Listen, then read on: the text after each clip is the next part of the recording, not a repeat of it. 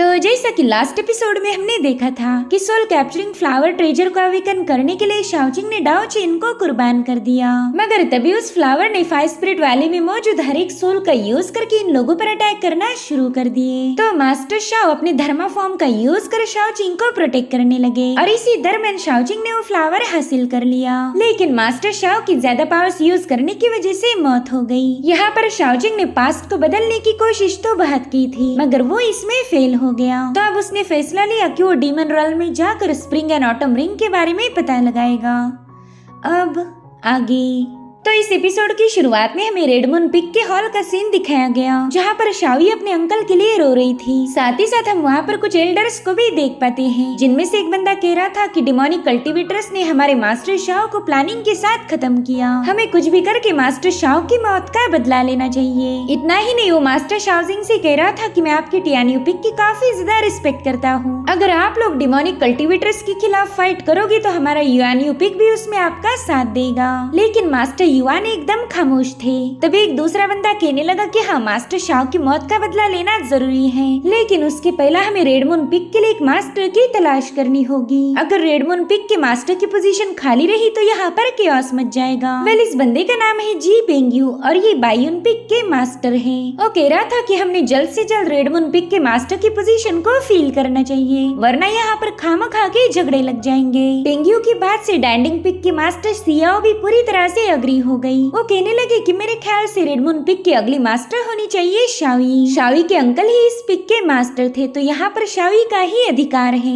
लेकिन ये बच्ची तो काफी ज्यादा यंग है, इसके पास ना ही हायर लेवल की कल्टीवेशन है और ना ही एक्सपीरियंस। पता नहीं ये लीडर की पोजीशन कैसे संभाल पाएगी। जिस पर पेंग्यू कह रहा था कि ना, शावी तो फिलहाल इस पोजीशन के लिए फिट नहीं है, लेकिन हाँ, मेरे दिमाग में कैंडिडेट का नाम है जो आप सभी को काफी ज्यादा पसंद आएगा, क्योंकि वो बंदा पावरफुल भी है और काफी ज्यादा रिस्पेक्टेड भी। मेरे ख्याल से हमने रेड मून पिक के लीडर की पोजीशन जियान के हवाले कर देनी चाहिए। जो सुनते ही वहाँ मौजूद दूसरे मास्टर्स काफी ज्यादा हैरान हो गए, जिसके बाद वो शावी से भी उसकी राय पूछने लगे। तो शावी उन्हें बताती है कि हाँ, इस सुझाव से मुझे कोई प्रॉब्लम नहीं, वैसे भी मेरे अंकल सीनियर जियान की काफी ज्यादा रिस्पेक्ट करते थे। साथ ही साथ उन्होंने हमेशा उनके कल्टीवेशन की तारीफें की। अगर वाकई में सीनियर जियान यहाँ की पोजीशन संभालते तो मेरे अंकल काफी ज्यादा खुश हो जाएंगे, उनकी सोल को शांति मिलेगी कि उनका पिक किसी गलत हाथों में नहीं गया। अब शावी की राय लेने के बाद ये लोग मास्टर युआन से पूछते कि बताओ फिर आपको क्या लगता है, क्या हमने आपके डिसाइपल जियान को यहाँ का लीडर बना देना चाहिए? लेकिन मास्टर युआन अभी भी खामोश थे। उन्हें अच्छे से पता है कि ये बस इन लोगों की एक चाल है। और उतने में हॉल का दरवाजा ओपन करते हुए शाओचिंग की वहाँ पर एंट्री हो गई। वो कहता है ना, मेरे बड़े भाई जियान यहाँ का लीडर नहीं बनेंगे। शाओचिंग को वहाँ देखते ही उन लोगों को काफी ज्यादा गुस्सा आ रहा था। वहीं पर शाओई भी शाओचिंग की इस हरकत से नाराज थी। अब इससे पहले कि वो कुछ बोल पाई, शाओचिंग उससे कहता है कि बस थोड़ी देर के लिए अपना मुंह बंद रखो। जिसके बाद उन लोगों से कहने लगा कि हमारे यहाँ पर टोटल 5 पिक है और रेड मून पिक ही इन सबसे टॉप पर आता है, यानी कि मास्टर शाओ हम सभी के सीनियर थे। अब अगर उनकी मौत के बाद हम उनकी जगह सीनियर जियान को देते हैं तो फिर मेरा बड़ा भाई हम सभी का सीनियर बनेगा, और टेक्निकली देखा जाए तो मेरे मास्टर युआन भी फिर उनके जूनियर बन जाएंगे। वैसे सच बताओ तो मेरे मास्टर को यू सीनियर जूनियर इन चीजों से कोई फर्क नहीं पड़ता, लेकिन जब ये बात बाहर फैलेगी तब लोग मेरे मास्टर का मजाक उड़ाएंगे। लोग कह सकते हैं कि एक डिसाइपल ने अपने ही मास्टर को आउट रैंक कर दिया। पूरे कॉन्टिनेंट के लोग हमारे टियान्यू पिक का मजाक उड़ाएंगे, और अगर ऐसा ही चलता रहा तो कुछ समय बाद ही हम लोगों में मसले होना शुरू हो जाएंगे। शाओचिंग की बातें सुनकर मास्टर युआन के चेहरे पर हम एक स्माइल देख पाते हैं। उन्हें पता था कि शाओचिंग ही इन लोगों को काफी अच्छे से हैंडल कर सकता है।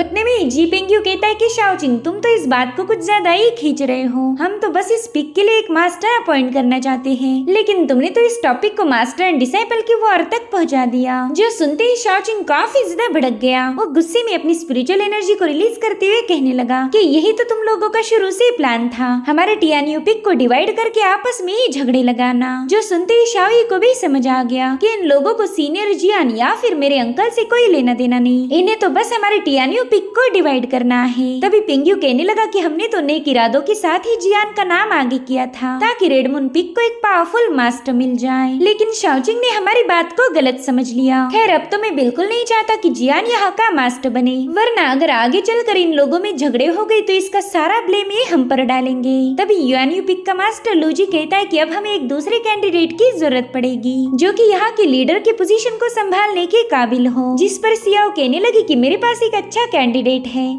जिसकी कल्टीवेशन और एबिलिटीज कमाल की है, तो हमने उसे लीडर की पोजीशन दे देनी चाहिए। उनकी बातें सुनकर शावी के सबर का बांध टूट गया था। वो कहने लगी कि कल ही मेरे अंकल की मौत हो गई, उनको जाकर एक दिन भी पूरा नहीं हुआ कि तुम लोग यहाँ पर झगड़े लगाने पहुँच गए। तुम लोगों के दिल में मेरे अंकल के लिए कोई रहम नहीं, बल्कि तुम तो बस उनकी पोजीशन को हथियाना चाहते हो। तभी शाओचिंग ने शाओई को रोक लिया। वो नहीं चाहता था कि शाओई इन लोगों के साथ झगड़े करे। उन तीनों मास्टर्स से कहने लगा कि यहाँ के लीडर की पोजीशन किसे देनी चाहिए इस बात का आपको टेंशन लेने की जरूरत नहीं, क्योंकि इस पिक के लिए एक नया मास्टर ऑलरेडी सिलेक्ट किया गया है। जो सुनकर तो सभी लोग काफी ज्यादा हैरान हो गए। तभी मास्टर युआन शाओचिंग से पूछते कि बताओ मास्टर शाओ ने मरने से पहले तुम्हें क्या बताया? क्या मरने से पहले उन्होंने अपनी आखिरी ख्वाहिश तुम्हें बताई थी? जिस पर शाओचिंग कहता है हाँ मास्टर, जैसा हमने प्रेडिक्ट किया था वैसा ही हुआ। मास्टर शाओ ने मरने से पहले शाओई की जिम्मेदारी मुझ पर सौंप दी। वो चाहते थे कि मैं खुद शाओई को इस काबिल बनाऊं कि वो आगे चलकर यहाँ की लीडर की पोजीशन को संभाल पाए, लेकिन शाओई को तैयार होने में काफी ज्यादा वक्त लगेगा। तो मास्टर शाओ ने तब तक मुझे इस लीडर की पोजीशन को संभालने का हुक्म दिया था, इसलिए आज के बाद मैं ली शाओचिंग रेडमून पिक का एक्टिंग मास्टर हूँ। साथ ही साथ शाओचिंग अपनी बात को साबित करने के लिए उनके सामने रेडमून पिक का टोकन भी शो करता है। वो कह रहा था कि मास्टर ने मरने से पहले ये टोकन मेरे हवाले किया था। वहीं पर शाओई बताने लगी कि हाँ ये तो मेरे अंकल का ही गोल्डन टोकन है।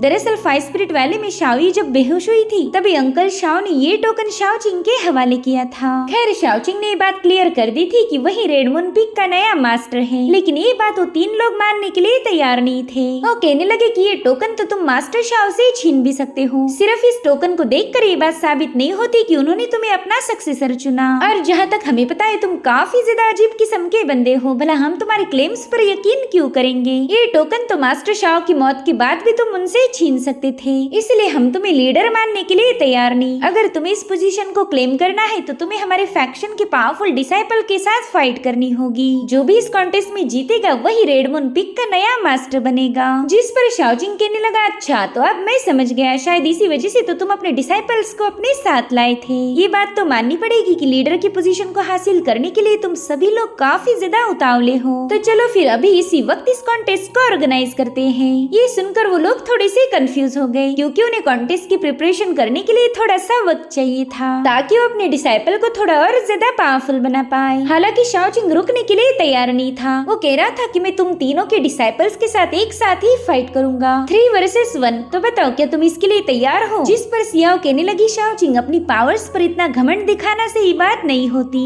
अगर तुम हमारी तीनों डिसाइपल्स को एक साथ ही चैलेंज करते हो तो तुम डेफिनेटली हार जाओगे। जिस पर शाओचिंग जवाब देता है कि ना, यहाँ पर ही तो तुम गलत हो, वो मुझे नहीं बल्कि मैं ही उन सबको हरा दूंगा। अब उन तीनों एल्डर्स को ये लग रहा था कि शाओचिंग तो बेवजह बड़ी बड़ी बातें फेंक रहा, इसलिए वो मास्टर युआन से पूछते कि क्या आप इस कॉन्टेस्ट के लिए तैयार हो? जिस पर युआन जवाब देते हुए कहने लगे कि मुझे शाओचिंग पर पूरा भरोसा है। साथ ही साथ वो शाओचिंग से कहते कि जाओ और इन सबको सबक सिखा के आओ। जो सुनकर तो शाओचिंग और ज्यादा खुश हो गया। वो कहते हैं मास्टर बस आप देखते जाओ कैसे मैं इन लोगों की धुलाई करता हूँ। अब ये सीन शिफ्ट होकर हमें रेडमून पिक की डायस दिखाई जाती है, जहाँ पर शाओचिंग मुकाबले के लिए तैयार हो गया था। शाओचिंग उन लोगों से कह रहा था कि चलो जल्दी से इस मुकाबले को खत्म करते हैं। वैसे भी मैं ब्रेकफास्ट करके नहीं आया था तो मुझे काफी ज्यादा भूख लगी है। जो सुनते उन तीनों डिसाइपल्स ने शाओचिंग पर अटैक करना शुरू कर दिए, मगर शाओचिंग अपनी स्पिरिचुअल पावर का यूज करते हुए उन्हें मक्खियों जैसे उड़ा रहा था। वहीं पर शाओई को टेंशन आ रहा था कि कहीं शाओचिंग ये मुकाबला हार न जाए। जिस पर मास्टर कहने लगे कि वो क्या कर रहा है वो अच्छे से जानता, इसलिए तुम शाओचिंग की टेंशन मत लो। इधर बियोन पिक का डिसाइपल जी फिंग शाओचिंग पर कई सारे अटैक करने की कोशिश करने लगा, जिन्हें डॉज करके शाओचिंग पीछे हटते हुए कहने लगा कि तुम्हारे पिक के पास तो सबसे पावरफुल सोर्ड्स है, लेकिन मेरे ख्याल से तुम्हारे मास्टर ने एक फालतू की सोर्ड तुम्हारे हाथ में थमा दी जिसमें इतनी भी पावर नहीं कि वो मुझे एक कट मार पाए। जिसके बाद शाओचिंग अपनी एनर्जी का यूज करते हुए जीफिंग पर बस एक अटैक कर देता है और इस एक ही अटैक में जीफिंग हार चुका था। उतने में डैंडिंग पिक के डिसाइपल युआन ने अपने फायर फिनिक्स को एक्टिवेट कर दिया। अब वो फिनिक्स सीधा शाओचिंग पर अटैक करने के लिए आगे बढ़ता है। जो देख शाओचिंग कह रहा था कि तुम्हारा डैंडिंग पिक तो अल्केमी में माहिर है, मगर तुम्हारी स्पिरिचुअल एनर्जी उतनी ही ज्यादा कमजोर। मेरे ख्याल से तुम्हारे मास्टर ने तुम्हें कोई एलिक्सर प्रोवाइड नहीं किया। और फिर शाओचिंग ने उसके फिनिक्स बर्ड को एक ही अटैक में डिस्ट्रॉय करते हुए इस बंदी को भी नॉकआउट कर दिया। और तभी एक तीसरा बंदा शाओचिंग पर अटैक करने के लिए पहुंच जाता है। वो बंदा तो बस इधर उधर तेजी से मूव होते हुए शाओचिंग को डराने की कोशिश कर रहा था। जो देखकर शाओचिंग ने उस बंदे की एक ऐसी जगह पर अटैक किया जिससे वो बंदा दर्द से तड़पने लगा। शाओचिंग कह रहा था, बच्चे तुम्हारे मास्टर ने तुम्हें जरा भी अच्छी तालीम नहीं दी। अगर तुम सबके मास्टर्स तुम पर जरा भी मेहनत करते तो शायद तुम पावरफुल कल्टीवेटर्स बन सकते थे। मुझे तो लगा था कि आज के मुकाबले के जरिए मैं अलग अलग जीनियस की पावर्स को विटनेस कर पाऊंगा, लेकिन तुम तीनों की तीनों तो लूजर्स निकले। सच बताओ तो तुम्हारे तीनों के मास्टर्स ने तुम्हें अलग अलग टेक्निक और एलिक्सर से दूर रखा। वो लोग नहीं चाहते कि तुम पावरफुल बनकर उनके आगे निकल जाओ। दरअसल वो तीनों मास्टर शाओचिंग के पिक को डिवाइड करना चाहते थे, तो यहाँ पर शाओचिंग ने अपनी जहरीली बातों से उनके ही डिसाइपल्स को उनसे अलग कर दिया। वो इन लोगों को बता रहा था कि तुम्हारे मुकाबले में काफी ज्यादा लकी हूँ, क्योंकि मेरे मास्टर ने मुझे वो सब कुछ सिखा दिया जिससे मैं पावरफुल बन सकता हूँ, और मेरे मास्टर की बदौलत ही मैं इतने आसानी से तुम लोगों को हरा पाया। जिसके बाद उन तीनों मास्टर से कहने लगा कि अब मेरे ख्याल से तुम्हें मेरी लीडर बनने से कोई ऑब्जेक्शन नहीं होना चाहिए। मैंने बड़ी आसानी के साथ आप सभी के डिसाइपल्स को हरा कर मेरी काबिलियत साबित की है। जिस पर पेंग्यू कह रहा था, ठीक है शाओचिंग, आज के बाद रेड मून पिक की जिम्मेदारी तुम्हारी है, लेकिन अब जबकि तुम रेड मून पिक के मास्टर बन चुके हो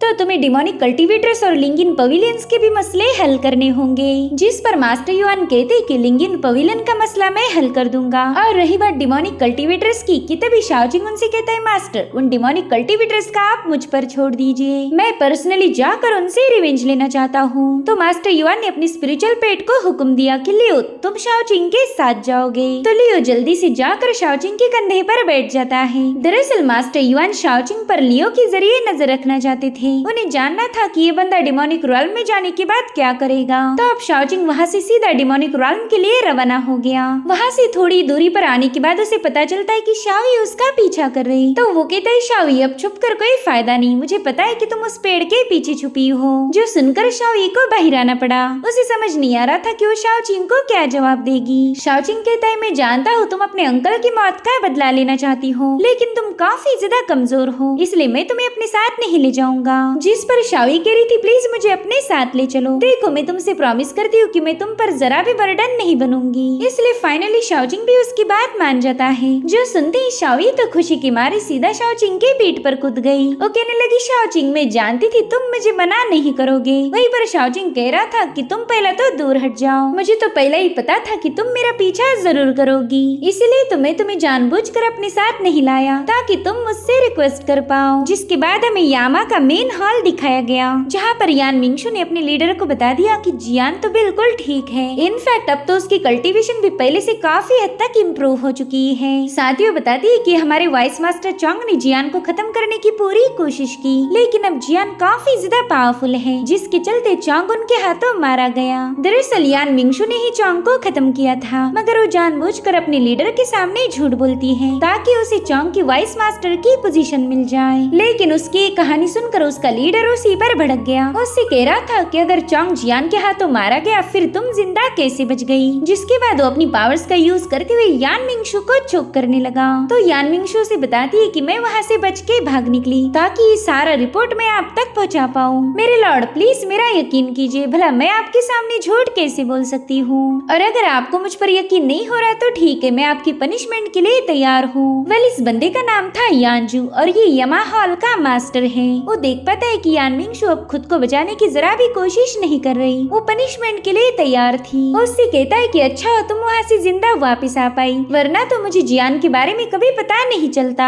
खैर अब तुम्हारे इस काम से खुश होकर मैं यमा हॉल के वाइस मास्टर की पोजीशन तुम्हें दे देता हूँ। जो सुनते ही यान मिंगशू काफी ज्यादा खुश हो गई। यानजी उसे बताता है कि अब टियानियो पिक के लोग यहाँ पर रिवेंज लेने के लिए आने वाले हैं, तो क्या तुम उस पावरफुल बंदे को हैंडल कर पाओगी? जिस पर यान मिंगशू अपने मास्टर को प्रॉमिस करती है कि टियानियो पिक का यहाँ आने वाला कोई भी बंदा जिंदा वापस नहीं जा पाएगा। और इसी के साथ एपिसोड यहीं पर एंड हो जाता है। Thank you so much for watching. Bye bye, take care.